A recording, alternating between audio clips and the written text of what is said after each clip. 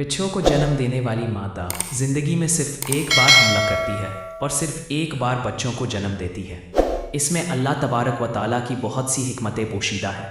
हज़रत शेख सादी रहमतुल्लाह अलैह ने इस हिकमत को यूं बयान किया है कि बिच्छू जैसे बच्चे पैदा करने के बाद मादा बच्चों के खाने के लिए उन्हें कमर पर बिठाती है और ये बच्चे मादा का गोश्त फाड़ कर खाते रहते हैं, मादा का खून पीते रहते हैं। दूध की जगह मादा का खून पीते हैं, दूध की जगह मादा का गोश्त खाते हैं।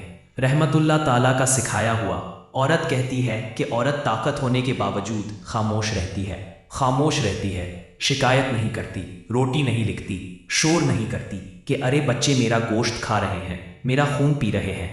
खामोश रहती है, ताकत होने के बावजूद वो दर्द में रहती है, दर्द सहती है।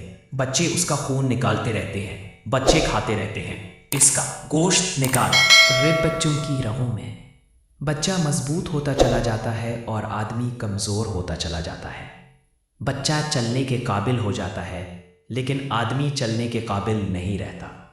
बच्चा उस आदमी का गोश्त फाड़ता और खाता रहता है यहाँ तक कि आदमी मर जाए। बच्चा अपने पैरों पर खड़ा होकर ज़िंदगी में मगन हो जाता है। आज हम में से बहुत से बच्चों की तरह हो गए हैं। जब बच्चा पैदा होता है तो बच्चे को बड़ा करने के लिए हम धूप या बारिश की परवाह किए बगैर दिन रात मेहनत करते हैं। हम सब अपनी रगों से खून निकाल कर बच्चों की रगों में डालकर बच्चों के लिए क्या नहीं करते। हमारे मन से लुक़मा निकाल कर बच्चों के मन में डालना। जब बच्चे बड़े हो जाते हैं तो हमें उनकी तालीम की फ़िक्र होने लगती है। अब टेंशन ये है कि बच्चों को पढ़ाना है। जब हम तालीम देने का सोचते हैं तो सारा बाप जो दिन रात मेहनत करता है, पीठ पर लड़ता है, ये नहीं देखता कि दिन है या रात, धूप है, अच्छा है, अल्लाहू अकबर। कोई ओवर टाइम ले तो बाबा जी से पूछे इतनी मेहनत क्यों करता है। वो कहता है बेटा मैंने अपने बच्चों को पढ़ाया है, बच्चे बड़े हो गए हैं। करनी है शादी करने से पहले छत का होना ज़रूरी है, घर ज़रूरी है। अब बाप क्या करता है, ये काम वो उठाता है, अपने बच्चों की शादियां करता है, घर बनाता है, फ़र्ज़ अदा करता है। इस सोच से कर्ज़ लेता है कि मेरे छोटे बच्चे मेरा कर्ज़ अदा करने में मेरी मदद करेंगे। वो मेरी मोहब्बत को अहमियत देने के बजाय दूसरों की मोहब्बत को अहमियत देता है। वो उनसे गौर से बात करना भी बर्दाश्त नहीं करता, जीन से मिलना भी बर्दाश्त नहीं करता। आज बेटा यूरोप में है, कनाडा में है, दुबई में है, सऊदीया में है, घर वालों से बात करता है, खैरियत पूछता है, मेल नहीं पूछता तो पूछता है कि कैसे खैरियत है। क्या बाप अपनी ज़िंदगी गुजार रहा है, ज़िंदगी कैसी गुजर रही है। उसने कभी इस बुढ़ापे से नहीं पूछा जो 1 साल से कान से मोबाइल लगाए बैठा है, ये सोचकर कि किसी दिन मेरा बेटा मुझे फ़ोन करेगा, किसी दिन मेरा बेटा मुझे फ़ोन करेगा, वो हलचल का हाल पूछने के लिए फ़ोन करेगा, मेरे कानों की प्यास बुझ जाएगी। एक बूढ़ा आदमी अपना मोबाइल लेकर मोबाइल मुरम्मत की दुकान पर गया। उसने कहा बेटा मेरे मोबाइल में ख़राबी है। देखा और चेक करने के बाद बोला बाबा जी आपका मोबाइल बिल्कुल ठीक है। इसने कहा नहीं बेटा मेरे मोबाइल में खराबी है, ज़रा गौर से देखो। दुकानदार ने दोबारा चेक किया और तवज्जो दिलाने के बाद बोला बाबा जी आपका मोबाइल बिल्कुल ठीक है, ठीक चल रहा है। बाबा जी ने चीख कर कहा जब मेरा मोबाइल भी ठीक है तो मेरा बेटा मुझे कॉल क्यों नहीं करता। 1 साल हो गया है कि मैं अपनी बेटी की पुकार सुनने को तरस रहा हूँ, अपने बेटे की आवाज़ सुनने को तरस रहा हूँ। 1 साल से कानों से बेल बांध कर बैठा हूँ उस उम्मीद पर कि किसी दिन मेरी बेटी बुलाएगी, मेरे कानों की प्यास बुझ जाएगी। वो बूढ़ा मुझसे बात करने को तरस रहा है और वो बेटा जो बूढ़े से बात करना बर्दाश्त नहीं करता, साथ बैठना बर्दाश्त नहीं करता।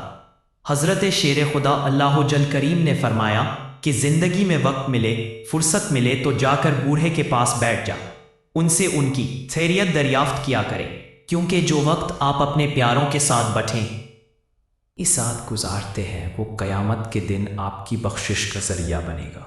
जिस तरह नमाज आपकी बख्शिश का ज़रिया बनेगी, जिस तरह सदका आपकी बख्शिश का ज़रिया बनेगा, जिस तरह हर जगह रोज़ा रखना आपकी बख्शिश का ज़रिया बन जाएगा, इसी तरह आपके प्यारों के साथ गुजारा हुआ वक्त भी आपके प्यारों की मग़फ़िरत का ज़रिया बन जाएगा। उन्हें वक्त दे, शेख की खैरियत पूछे। अहमक शादी करके किसी और की मोहब्बत में गिरफ्तार हो जाते हैं और ना माने तो समझते हैं कि वालिदैन का दिल दुख कर सुकून की ज़िंदगी गुजारेंगे। والدین کا دل دکھ کر خوش و خرم زندگی گزاریں گے؟ کبھی نہیں۔ اگر عوام دیں گے تو میں انہیں معاف کر دوں گا، اگر لوگ نہ مانے تو میں ان کو معاف کر دوں گا، لیکن خدا ایسا نہ کرے گا کہ میں ایسا کروں گا، تم ایسے ہی کاٹو گے۔ پہلے توجہ سے اچھا کرو، تمہارے بچے تمہارے ساتھ بھلائی کریں گے۔ تم لوگوں کے ساتھ برا کرو گے، تمہارے بچے تمہارے ساتھ برا کریں گے۔ جس خدا نے لوگوں کو لوگوں کا درجہ دیا، جنت میرے قدموں تلے رکھ کر مجھے میرے باپ کے بادشاہوں میں سے بادشاہ بنا دیا، کیا خدا ایسے ہی معاف کر دے گا؟ کیا وہ انصاف نہیں کرے گا؟ اونچی آواز میں بات نہ کرو، لوگوں کی آوازیں بند نہ کرو، لوگوں کو دن میں نہ کرو۔ وہ چلا جاتا ہے، جس دن وہ مر جائے گا اس دن تم اس کی آواز سننے کو ترس جاؤ گے۔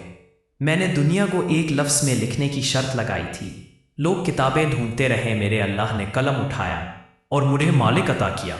وہ قرآن میں کہتا ہے کہ باپ کے بادشاہ میں رب کا بادشاہ ہوتا ہے۔ اس نے کہا کہ ہمیں باپ کی شریعت پر یقین رکھنا چاہیے۔ تمہارے باپ کا روزہ نہ مانو گے تو تمہارے روزے نہیں مانے جائیں گے، زکوٰۃ قبول نہیں ہوگی۔